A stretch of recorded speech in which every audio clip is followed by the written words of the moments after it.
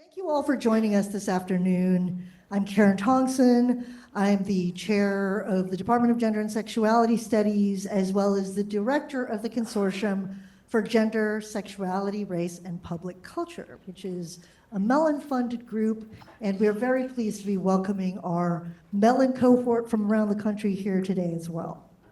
We're gathering today for, as you know, our signature event, the Streisand Lecture in Gender and Sexuality Studies, featuring our consortium scholar in residence, Alexis Pauline Gumbs.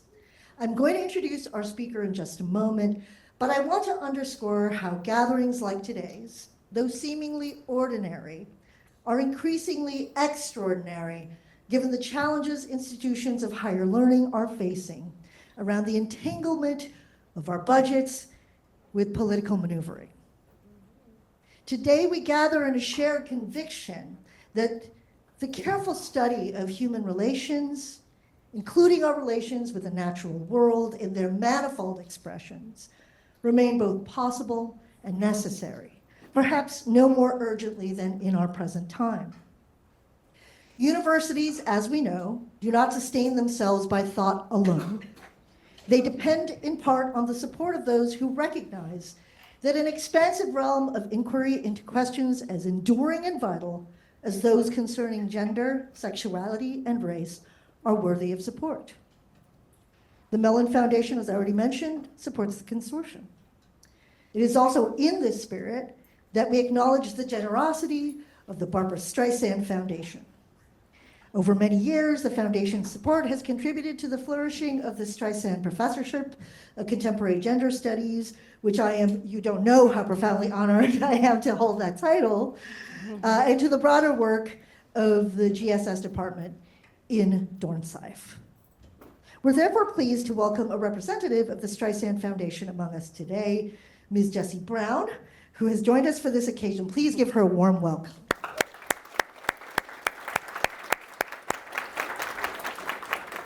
Your presence reminds us that the relationship between philanthropy and intellectual inquiry is not abstract, but a living one, and an evolving bond through many lunches in the Valley. Thanks for being here, and we ask that you please convey our thanks to Ms. Barbra Jones Streisand, whose enduring support has made a lasting impact, not only at USC, but to me personally as well. And now, with these reflections in mind, let us turn to the purpose that's brought us together. It's my deepest privilege to introduce our speaker, Alexis Pauline Gumbs. And before I go into the details of our speaker's tremendous accomplishments, I want to share a brief anecdote about what happened at our dinner in the LA Arts District a couple of nights ago, when an intergenerational retinue of women from a nearby table stopped by ours to say sheepishly at first, but more enthusiastically as we were standing there, "We are big fans." And this is LA, okay? I mean, you know, there are a lot of stars at dinner out everywhere. So just this gives you a sense of the impact that Alexis Pauline Gumbs has in our worlds. What they know, and many of you already know, is that she is one of the most exciting voices of her generation, and obviously across multiple generations. Dr. Gumbs is the author of several genre-defying works, including Survival is a Promise, The Eternal Life of Audre Lorde, Undrowned, Black Feminist Lessons from Marine Mammals, and Dub, Finding Ceremony. Her work bridges academic research, ecological consciousness, and ancestral storytelling, often offering urgent insights into collective care, survival, and imagination in times of crisis, while combating the noise of disinformation with the power and centeredness of truth-telling, bringing us in close relation to the cosmos and our planet. Her collected works have also inspired artists across other forms to create dance performances, installation art, paintings, divination practices, operas, quilts, and more. For her impact on the national culture, Dr. Gumbs was a National Humanities Center Fellow, as well as a National Endowment of the Arts Creative Writing Fellow during the Biden administration. She was also bestowed with the prestigious Founders Award. Her most recent book, I think that many of you have read, Survival is a Promise, The Eternal Life of Audre Lorde, was named a Publishers Weekly Top 10 Book of 2024, a Time Magazine Must-Read Book of 2024, and a Guardian Book of the Week, in addition to being longlisted for the Carnegie Medal in nonfiction. When I taught Survival is a Promise to an interdisciplinary group of graduate students at Yale last year, everyone from an astronomy major to the gender studies majors in the room had their minds blown and their souls transported. So without further ado, please welcome Dr. Alexis Pauline Gumbs.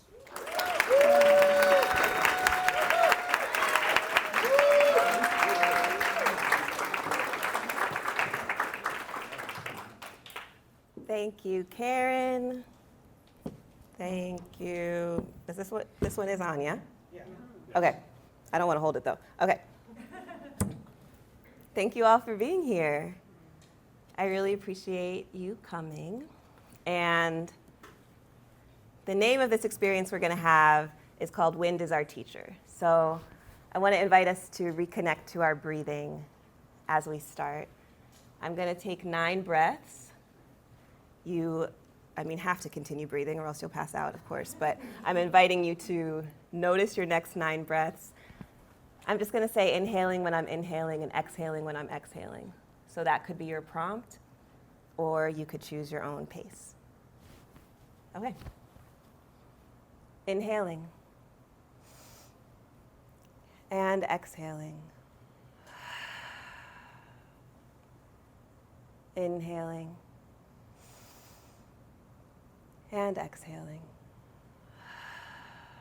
You can breathe louder than that. Inhaling and exhaling. Inhaling and exhaling. Inhaling and exhaling. Inhaling and exhaling. Inhaling and exhaling. Inhaling and exhaling. One more time, inhaling. And maybe a really loud exhale. Yes, that's what I like to hear. We got to give something back to these trees, right? So, thank you for being here. As we are here, there are many people who are with us who aren't physically in the room, but who are with us. I'm dedicating my practice with you today to my grandma, Lydia Gumbs. She taught me to swim near one of these sea grape trees. She also received messages from dolphins that inspired her to design the revolutionary Anguillian flag. And she had an incredible vocal range, actually. I guess it feels relevant to say. And she would go into her really deep register to play with puppets for me, and that's the sound of her voice that I remember is that deep sound. So I'm happy to have her here in the space with us, even though she's not physically in the space with us. You can dedicate your participation to someone who is older than you. By definition, my grandmother is older than me. You can dedicate your participation to someone younger than you, same age as you, living now, lived before. My grandmother's an ancestor now. You can dedicate your participation to someone of any species. Only parameter is be specific, and it's not somebody who's in this room, including every age of you, because I've declared every age of you is in this room. Okay, so please turn to one of your neighbors and let them know who you're going to dedicate to now. Okay, I think we now have what we need. After the flood, she consulted with her taproot, who said, "Not yet. We will continue to hold the land." And she sent thinner roots out shallow, spread wider so she wouldn't fall. She gave the fungus their message to carry, reddened her veins to accept the salt. After the flood, between floods.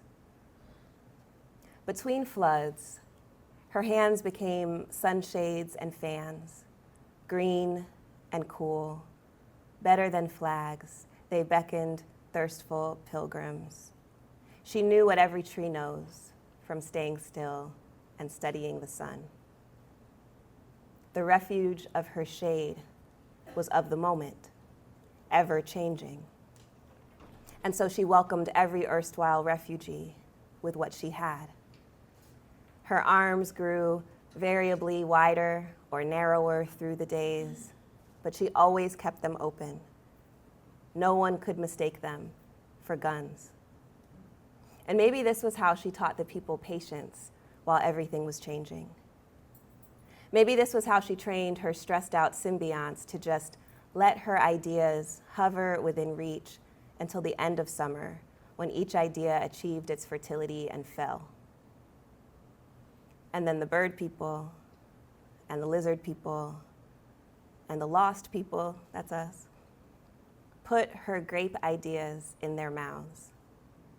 And just like that, her vitamin-rich wisdom flooded our immune systems. We were able to digest the whole situation better, which was that another flood was coming. More wind. Some people wouldn't be surprised that my best friend in Anguilla is a sea grape tree. Coccoloba uvifera, we grew up together. We grew wide together. We love the same ridiculous thing, which is a small strip of land between a bay and a salt pond that we know will one day get back together and just be one sea again. And yet we hold on, awaiting the same failure. In the meantime, we ask each other how best to be as beautiful as we are, how to offer refuge at the end of the world, in the middle of a wet convergence, how to nourish passersby with whatever we have to give. We have become brown, relatively thick-skinned, tolerant of salt. Immediately after surviving a hurricane that flooded her home, Audre Lorde wrote, "We have created structures as if they will last 1,000 years, but wind is our teacher." During a hurricane, my relatives will line their cars up against the shoreline, knowing salt will rot the engines, a desperate collaboration with the sea grape roots to keep the land from washing away. And so I listen to the wind as Coco, that's my nickname for Coccoloba uvifera, so I don't have to say it over and over again. Coco shapes it in her green and reddening hands, trying to learn something about the flood. I'm assuming that even if you don't live at the shoreline, which I don't most of the year, you know that the flood is coming. Flood as a context. The general increase in erosion-based floods caused by human overbuilding, the failure of dams against the older power of rivers, the massive rising of the ocean. Even if you don't live at the shoreline now, you might soon. I would recommend befriending a sea grape tree, or whichever of her cousins holds the world together where you live. Where you live now, or wherever you're about to go. I'm sure I heard the word flood plenty of times in grad school, but I only remember one time. I was starting a job at the Writing Center. Anybody work at the Writing Center? There I work now, see, yeah. It's probably somewhere else in this library. I love supporting writers, I was at the training retreat along with the other new Writing Center fellows from different departments. I was already imagining myself sitting in one of my favorite places, the library, listening eagerly to someone's project idea and supporting them to fulfill their creative and intellectual impulse. But there was a problem. The director of the program casually mentioned that we would be required to guess, not to ask, but to guess whether any of the people coming to us for writing help were international students. And to note that information, if a random guess that we're making can be considered information, in a special data file. As a member of an immigrant family, I was suspicious, to say the least, of a dubious requirement to surveil and guess citizenship status. Who looks international? Who sounds international? Is there a smell? Should I ask what each student ate for lunch? I didn't articulate those exact questions that day. I simply asked, why? The director of the program explained that it was just something they wanted to keep track of so that the Writing Center would not be overwhelmed with international students, preventing domestic students from accessing the services. I remember the specific words she used then. Because if you open the floodgates, long story short, I had to get a different job. I won't repeat what I actually said.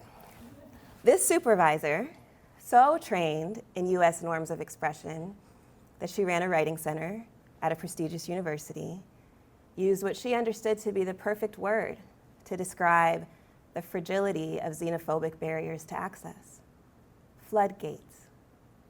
She was not being original or poetic. She was repeating an excuse for discrimination against immigrants, heard routinely on the news and on talk radio, on podcasts now, but not then because I'm old. We should treat immigration as a possible flood, a threat of property damage, a reason for insurance. Flood is not exactly the wrong metaphor for mass migration. Migration is natural. It is not a disaster. And a flood doesn't have to be a disaster either. As Toni Morrison reminds us, a flood is simply water remembering where it once was. But the human-caused rising of the oceans and battering of shorelines are becoming major drives for migration around the world. Even then, migration itself is not necessarily a disaster. It's the levee form of the scarce nation with a scarce amount of resources for a scared amount of people that creates a false blockage in the flow of life on land.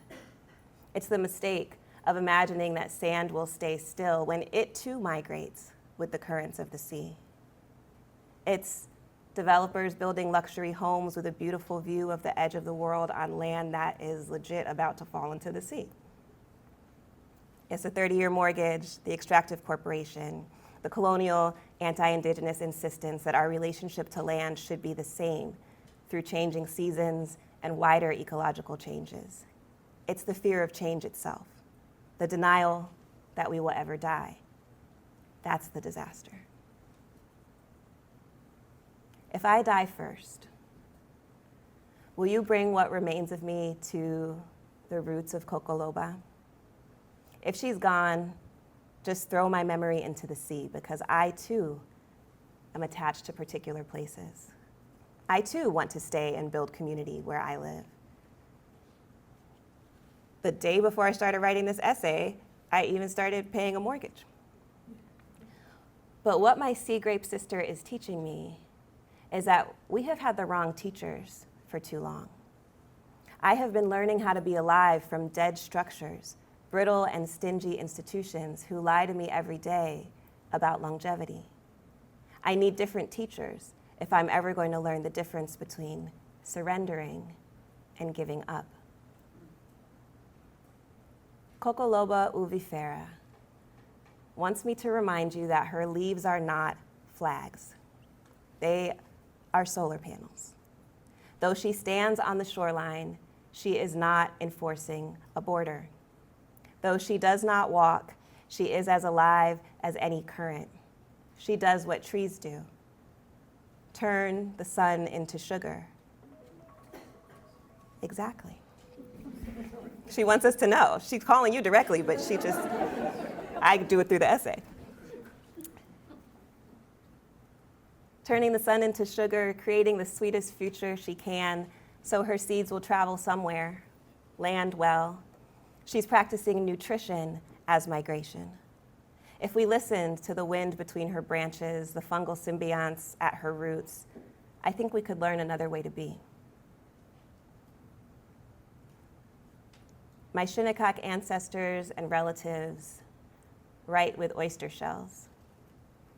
They tell the future with the purple lining of the shells on the shoreline waiting to become sand.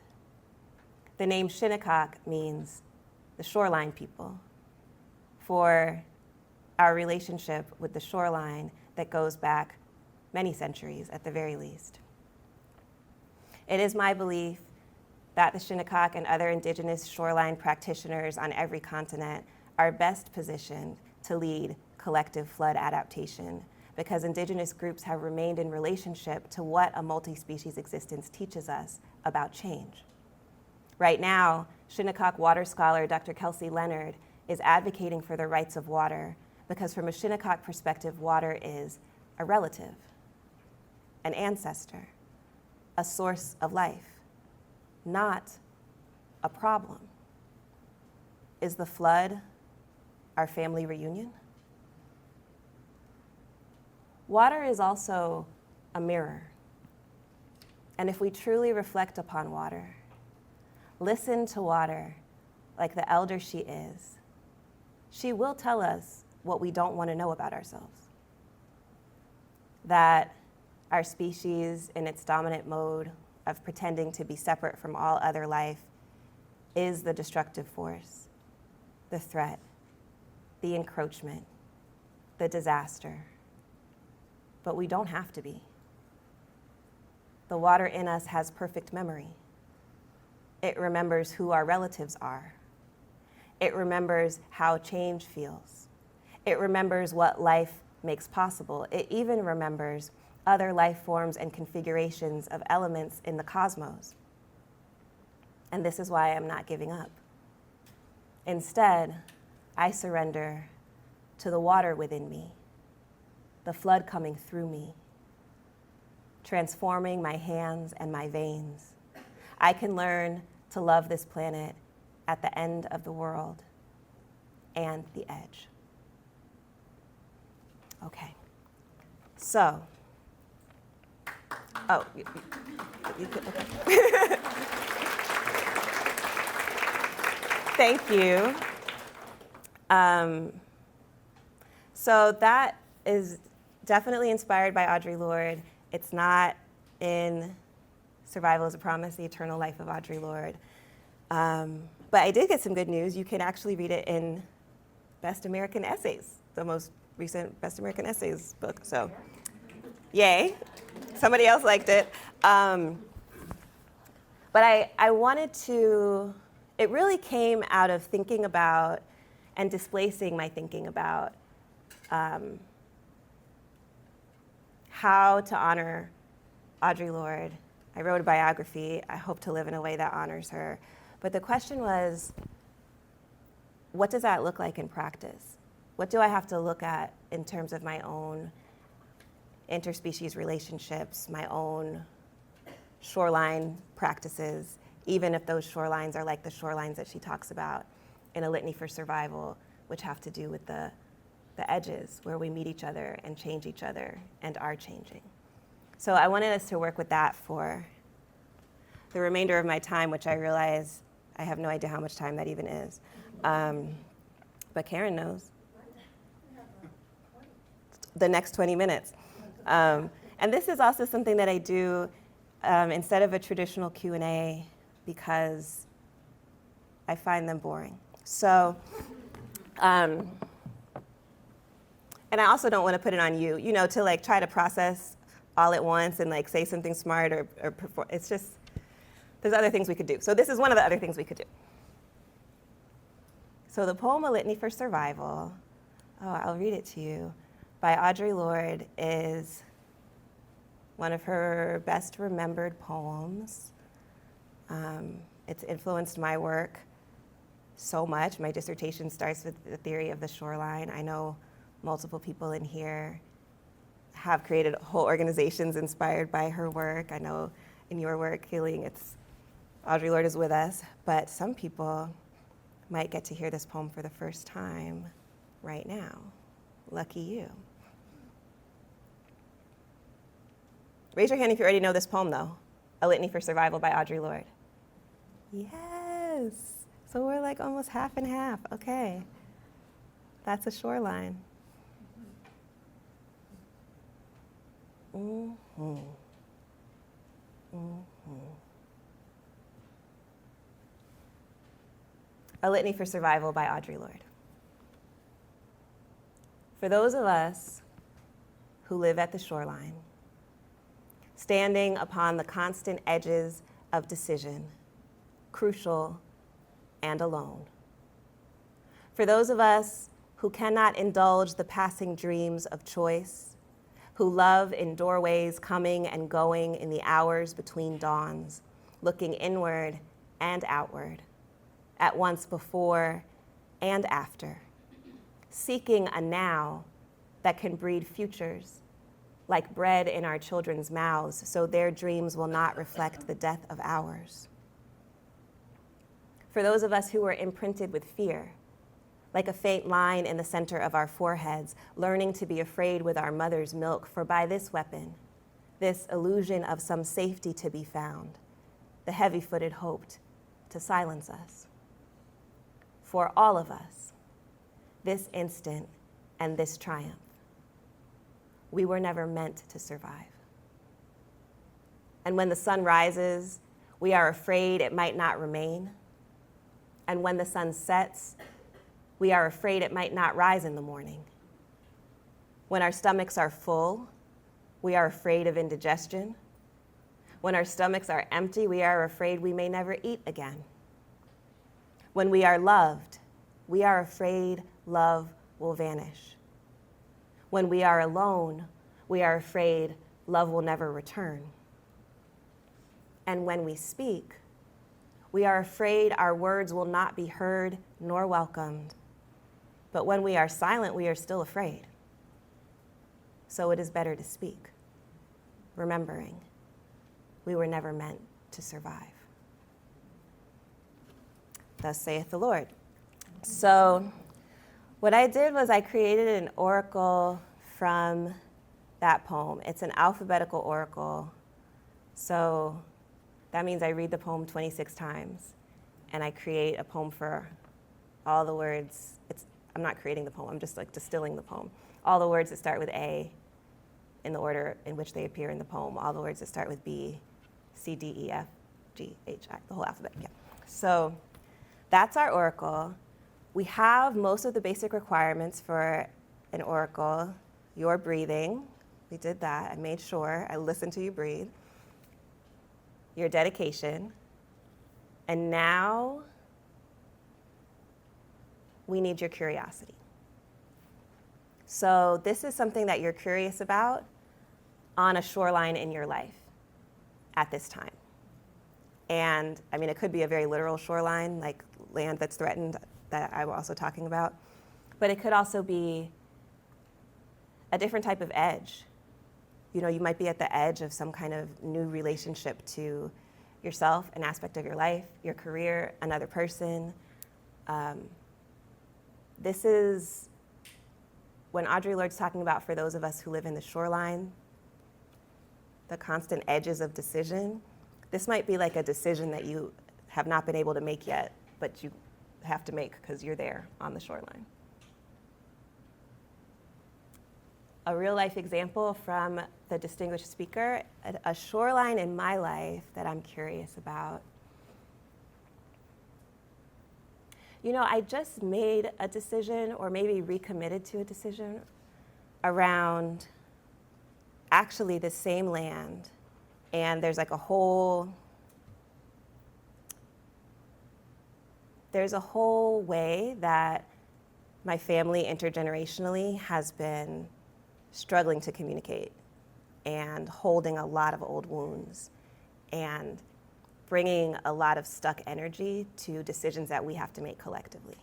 I don't know if anybody has a family, but I also do. So this morning, I decided that, I know these people so well. And I feel like I'm right about them. I feel like I'm right about everything that is wrong about them. And this morning I was like, what if I just let it go? What if I just really lean into, what if I just act as if I'm wrong about them in the most optimistic way? What if I just act like I would act if I was totally ignorant to all of the stupid things I've seen them do?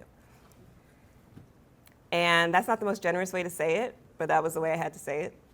And now, what do? I'm no longer an expert. I decided to do one thing. I called a family meeting and I sent a Zoom link. So now I really have to show up to that Zoom inside of the decision that I've made.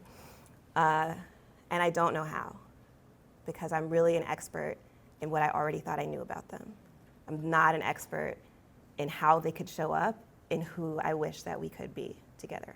So I don't know if anybody here struggles around expertise or the desire for expertise or the pretense of expertise. Not here.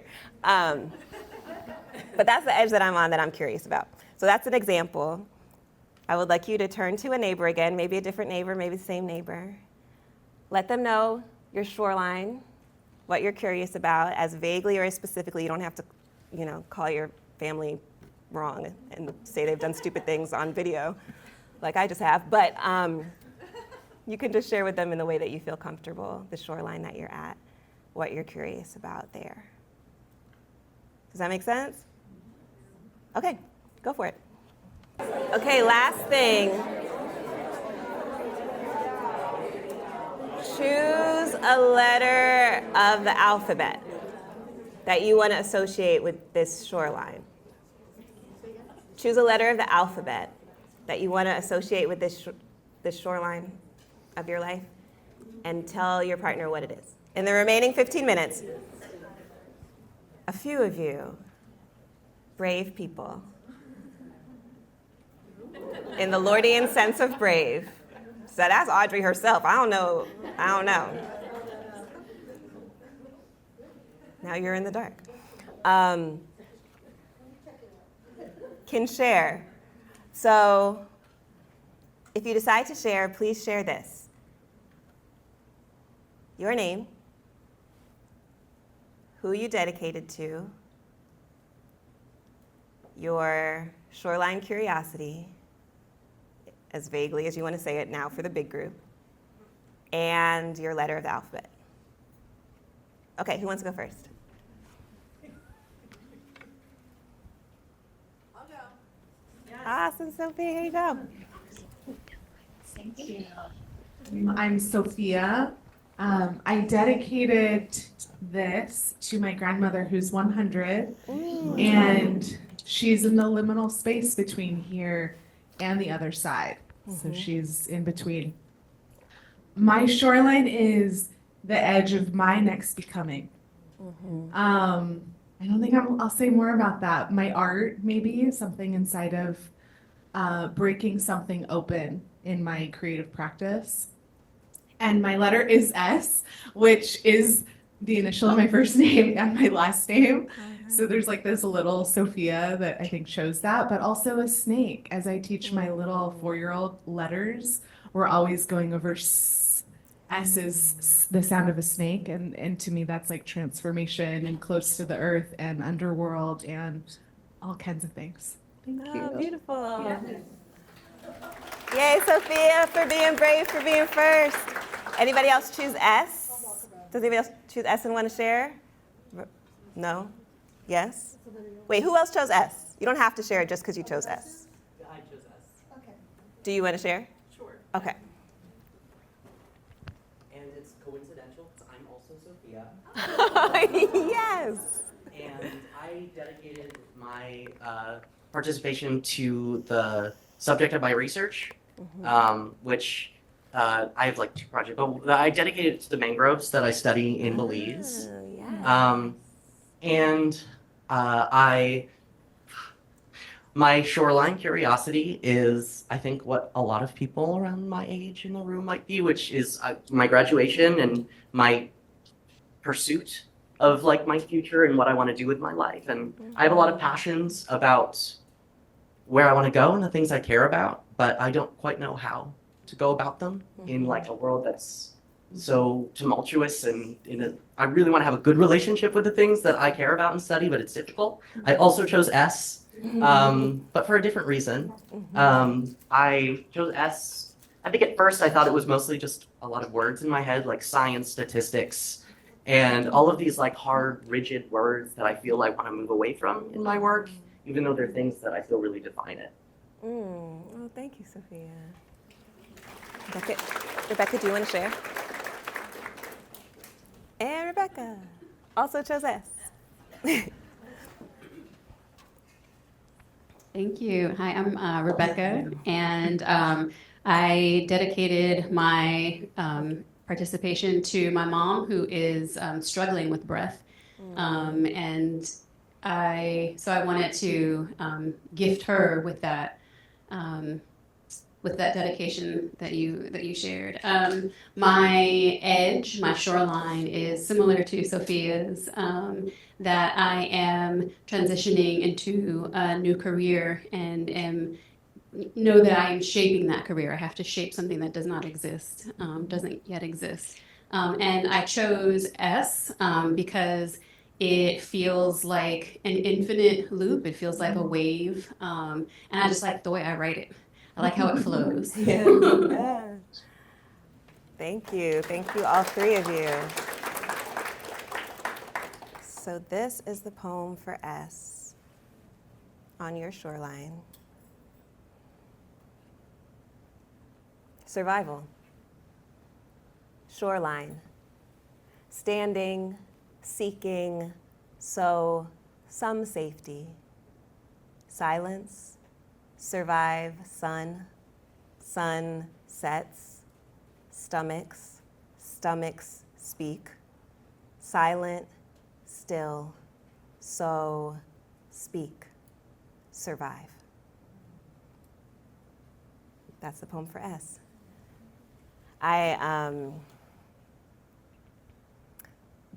The so stands out for me. So speak, survive. Of course, so it is better to speak. But the other so is so our. So our dreams will not become the death of theirs, right? Like, in order that our dreams don't become the death of our children's dreams. So that so is an intergenerational edge, and then it's an imperative edge. And I'm hearing some things about the intergenerational. I'm hearing things about work and survival and relationship with the interspecies. I love stomach speak. Maybe that's a listening. The fact that it's in there twice makes me think about the edge of the fear that she's talking about, the fear of hunger that she talks about multiple times, right? So seeking a now like bread in our children's mouths is about hunger in a particular way. But when our stomachs are full, we are afraid of indigestion. When our stomachs are empty, we are afraid we will never eat again, is also about hunger.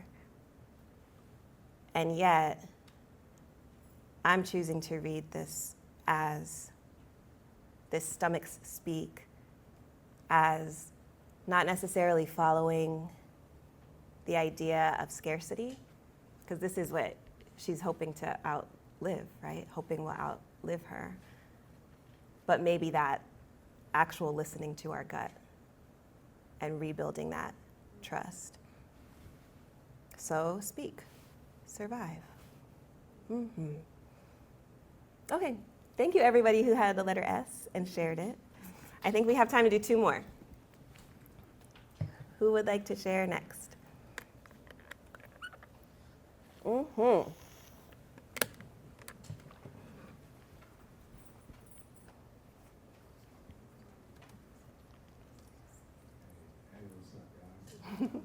Hey. I chose the letter L for my laptop because I'm like a nerdy kind of guy, and my laptop's like a cool place to be able to escape harsh realities sometimes. And I dedicate the practice to my older sister, whom I used to watch my mom take care of, and eventually I joined my mom in taking care of my older sister, and how having to take care of another human being like that can be a really powerful, transformative experience. And it certainly was for myself. And how having an empathy to care for another human being is, I think, an ideal worth fighting for. Yes, yes, yes. Thank you for sharing that.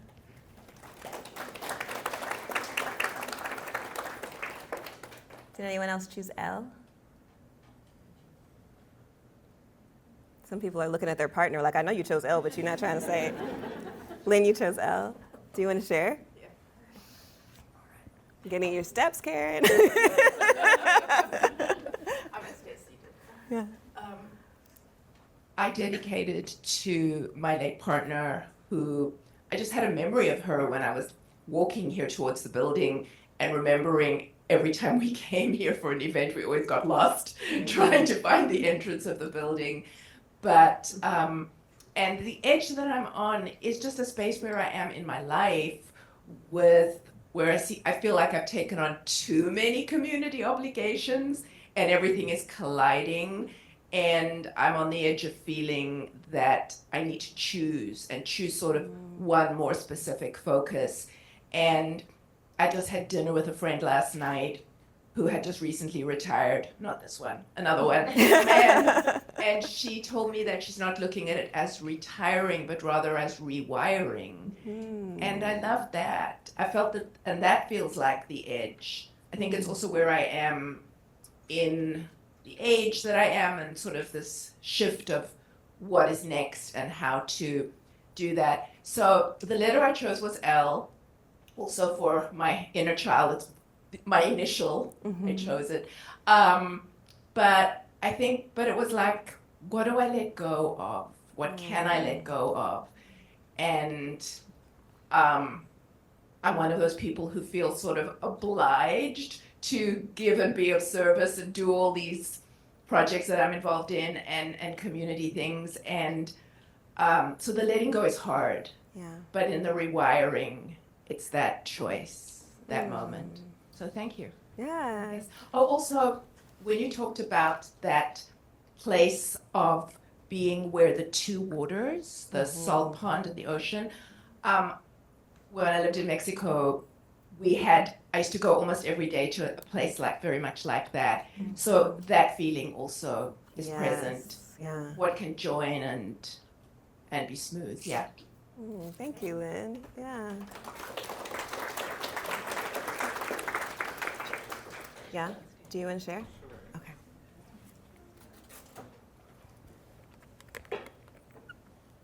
Hi, my name is David. I dedicated my practice to my current and future students. My shoreline has been that I currently hate the book that I'm writing, that I've been working on for like 2 years. And it's like a book that I know that I'll eventually have to write just to like satisfy myself as an artist, but also just trying to like find the energy and desire to like keep pushing forward with it. I chose L. I grew up Southern Baptist, which like yikes, but like I still feel a lot of like spiritual feelings, and that's just where the spirit led me today. So yeah. Okay. Wow. Okay, this is the poem for L. Rewiring. Laptop. You hate your book. It doesn't hate you. This is the poem for L. Litany. Live, love, looking like line, learning, loved, love, love. Okay, L's. I love the,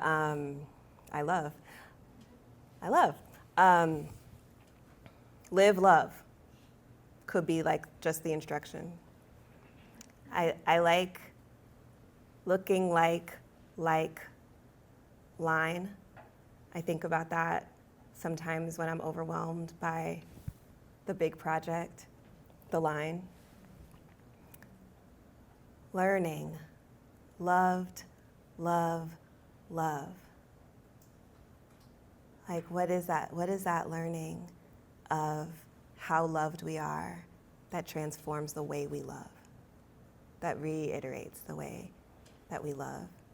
And of course, I love what you shared about what you learned about empathy and care, what it is to carry that through, what it is to translate that learning to become a general ethic, an embodied memory that we have more practice in, is beautiful. And I'm thinking all the love in the poem is here for it.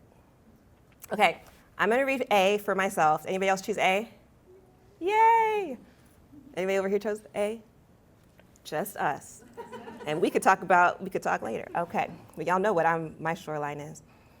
And A is a long one, but not that long. A. At, and, alone, and, at, and, after, afraid, all, and, are afraid, are afraid, are afraid, are afraid again. Are afraid, are afraid, are afraid. Mm-hmm. I love the RR. I know it's huge. For me, I feel like it's like my empathy for all the fear, like all the things I'm judging my family about. They really are afraid, and understanding that, but then maybe not responding with my fear. And then just the space, like the space of R twice, R, the space of being, between the moments where I will know I'll be afraid again, But what does it mean to expand that space with being present now? Okay, I'm afraid. Back to presence. Now, it feels like a ritual of breathing. It felt like it to read it out loud. And I also like all the ands, and are, and. And then there's that one all in there. And I am choosing to live right there. Thank you all for listening. Thank you for participating. Thank you for coming. Wonderful to be with you.